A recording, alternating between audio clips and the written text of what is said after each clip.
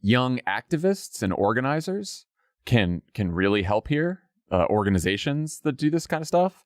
I read this story in Politico about young climate activists, and it talks about the Sunrise Movement. And they, a couple months ago, they protested at Biden's campaign headquarters, because he hasn't yet declared a climate emergency. And they keep saying he's going to lose if he doesn't. And their spokesperson acknowledged Politico in the piece that, protests like that could make Biden appear weak and help Trump, but that, quote, it's hard to say right now exactly how we'll walk that line. So first of all, on a climate emergency would be Biden using sort of, how you declare a national emergency if you're president for natural disasters or the pandemic or other things. It would basically, as I understand it, free up some money in different agencies to pursue more climate resiliency, to sort of stop more oil drilling, to stop more projects, to stop crude oil exports. So you can definitely make a difference.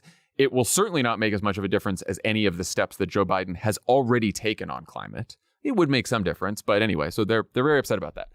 That's fine. Like, I realize that even though Joe Biden spent his political capital on passing what is objectively the biggest climate bill in history, there are going to be climate activists who wish he'd go further.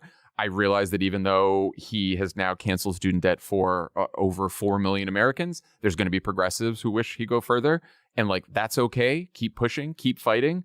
But like, we only get the chance to do more if Joe Biden wins. And one way to think about it is your vote isn't about grading Joe Biden's presidency, and it's not about punishing or rewarding Joe Biden or Donald Trump.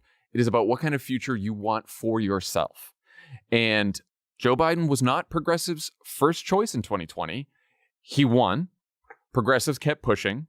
And this guy, who's been pretty moderate for his entire life, decades in politics, ended up passing some of the most progressive legislation in history. And if he loses, perhaps you'll have proved a point, but you will also have done deep damages to the causes that you profess to care about.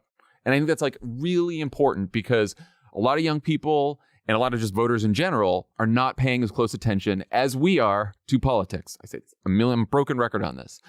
And they're going to take cues from, as you said, and you talked with John about, people that they trust.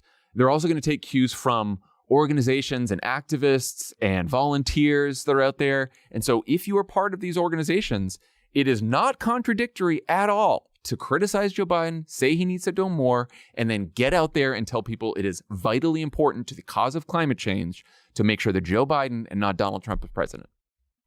That's just my thing on that, Dan.